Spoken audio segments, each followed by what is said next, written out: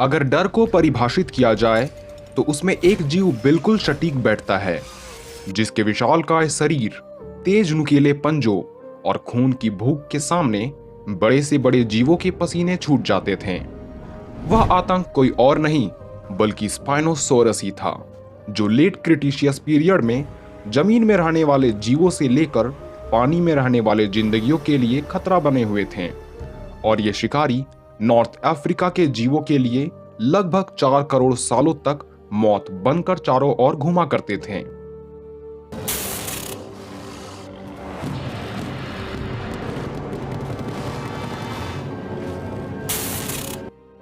खैर, स्पाइनोसोरस की एक खास बात ना सिर्फ मुझे बल्कि सभी लोगों को पसंद है, यह है इसकी अपीयरेंस, जो काफी डरावनी थी।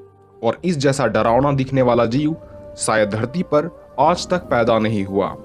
पर मनुष्यों की तलाश सिर्फ इस शिकारी पर ही टिकी नहीं थी।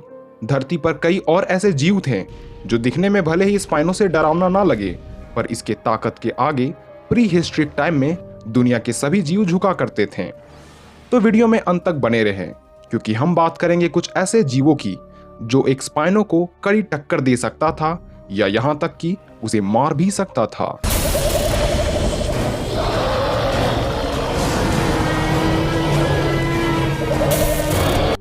पर उससे पहले आइए जानते हैं स्पाइनो के कुछ कमजोरियों को।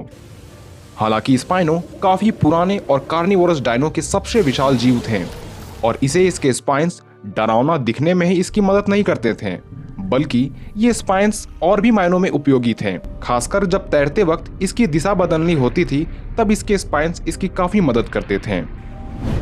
पर इसके 5.5 फीट उभरे स्पाइन्स इसके लिए एक काफी बड़ा सरदर्द इसलिए भी था क्योंकि अगर कोई जीव इसके स्पाइन्स को डैमेज पहुंचाने में कामयाब हो जाए तो स्पाइनो का पूरा शरीर बिल्कुल पैरालाइज हो जाता था और ये बहुत ही आसानी से हार सकते थे। जहां किसी जीवों का वजन उसकी प्लस पॉइंट होती है, पर स्पाइनो के लिए इसकी 12 से 20 टन भारी भरकम शरीर इसके लिए एक डिसएडवांटेज था, क्योंकि स्पाइनो हमेशा अपने पिछले पैरों की मदद से चलते थे और ये पैर इसके शरीर का पूरा वजन को नहीं संभाल पाते थे, इसलिए ये ज्यादा दूरी तक नहीं भाग सकते थे। इन जीवों को पानी में रहना काफी पसंद था क्योंकि इसकी शरीर की बनावट इस तरह थी जो भारी भरकम होने के बावजूद भी पानी में आसानी से तैरा करते थे। इसके अलावे इसकी सबसे बड़ी कमजोरी थी इसकी वीक बाइट फोर्स और कॉनिकल दांत, जो मछलियों को मारने के लिए तो परफेक्ट थी, पर बड़े डायनोस के लिए ये उतना कारगर नहीं था। और इन कमजोरियों के कारण कई ऐसे जीव हैं जो इसे काफी आसानी तो नहीं पर हरा जरूर सकते हैं, और इन्हीं में से पहला नाम आता है टायरानोसोरस रेक्स। अब अगर इस जीव को आप नहीं जानते हैं तो अभी इस वीडियो को देखना बंद कर सकते हैं, क्योंकि डायनासोर शब्द से भी ज्यादा फेमस वर्ड टायरानोसोरस रेक्स यानी टी-रेक्स ही है। और इसके कई कारण भी हैं जिसके कारण एक स्पाइनो टी-रेक्स से बुरी तरीके से हार सकता है।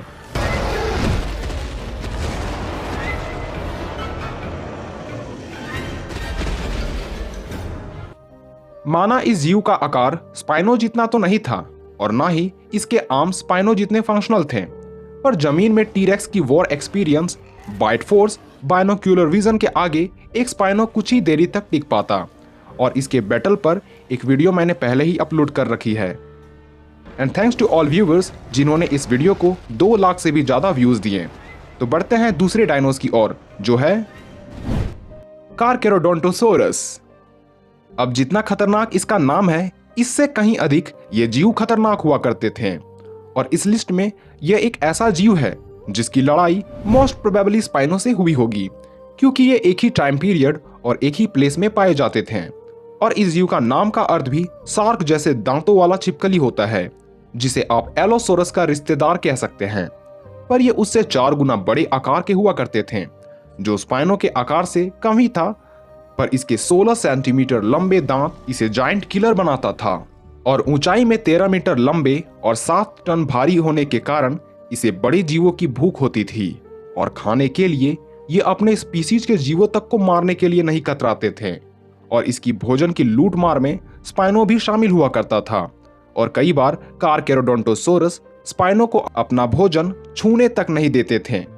पर कारकेरोडोंटोसोरस को खास इसके बड़े जबड़े और पूरा शरीर बनाता है, जो बिल्कुल एक फाइटिंग मशीन जैसा था। इसलिए ज्यादातर केस में एक कारकेरोडोंटोसोरस स्पाइनो पर भारी पड़ सकता है। तीसरे नंबर पर है एलोसोरस। 1 टन के ये शिकारी अपने गुस्से और भूख के लिए जाने जाते थे और आप इसकी तुलना आजकल के भेड़िए से कर सकते हैं, पर ये भेड़िए से कई गुना बड़ा और खतरनाक हुआ करते थे, जिसकी आकार भले ही स्पाइनो से छोटी थी, पर इसके आर्म्स काफी मजबूत और फंक्शनल हुआ करते थे और इस पर लगे नाखूनों से ये कई इंच गहरा घाव किसी को भी दे सकते थे। इसके अलावे ये काफी फुर्तीले हुआ करते थे, क्योंकि इसकी बनावट ही इस तरह थी जो काफी तेज भाग सकते थे और अचानक किसी पर भी हमला कर सकते थे। तो ऐसे कंडीशन में अगर एलोसोरस किसी तरह स्पाइनो के स्पाइन्स पर लगातार हमला करे तो कुछ केस में ये स्पाइनो को हरा सकते हैं। नंबर 4 पर है टर्बोसोरस। टर्बोसोरस बतार को एशिया का टीरेक्स कहा जाता है, जो टायरानोसोरिड परिवार के दूसरे सबसे शक्तिशाली डायनो माने जाते हैं। इस शिकारी की बनावट बिल्कुल टीरेक्स की समान थी, जो 4 मीटर ऊंचे, 12 मीटर लंबे और 6 टन के शिकारी हुआ करते थे। इसके साथ ही इसकी स्पीड का मुकाबला कर पाना किसी भी जीवों के लिए चैलेंजिंग था, क्योंकि ये 1 घंटे में 60 किलोमीटर की दूरी तय कर सकते थे और इस शिकारी की बाइट फोर्स भी 5 टन की पाई जाती थी। तो इसलिए ऐसा चांस हो सकता है कि टर्बोसोरस की स्पीड और बाइट फोर्स के आगे स्पाइनो अपने घुटने टेक दे। 5वें नंबर पर है जाइगैनोटोसोरस। इस डायनो को टीरेक्स का भी बड़ा कॉम्पिटिटर माना जाता है, जो आकार में एक टायरानोसोरस से भी बड़े और भारी हुआ करते थे। इस शिकारी के दांत भी काफी नुकीले हुआ करते थे और इसके बड़े जबड़े से बचना किसी भी डायनो के लिए मुश्किल था। इसके अलावे ये 12 टन भारी, 4 मीटर ऊंचे और 12 मीटर लंबे हुआ करते थे और इसकी बाइट फोर्स भी स्पाइनो से कहीं अधिक ही थी। तो ज्यादातर ये चांसेस है कि जीगा की 76 8 इंचों वाली दांत से स्पाइनो का बुरा हाल हो सकता था। अब अगर हम जमीन से पानी की ओर बढ़ते हैं तो 6ठे स्थान पर है मोसासोरस, जो लेट क्रिटेशियस पीरियड में महासागरों में रहा करते थे और बाइट फोर्स के मुकाबले में ये टीरेक्स से कहीं अधिक थे।